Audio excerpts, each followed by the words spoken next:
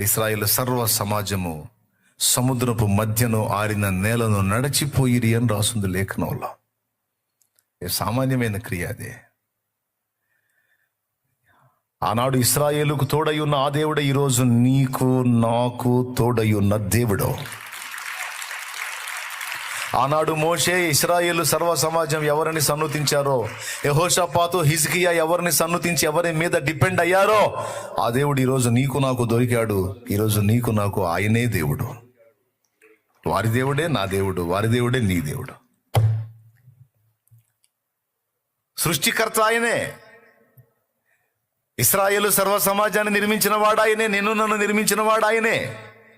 మళ్ళీ వాళ్ళ దేవుడు మనకు వచ్చాడు కాదు, మనందరినీ నిర్మించిన నిర్మాణకుడు ఆయనే. మన తండ్రి, మన సృష్టికర్త, మన సమస్తమును.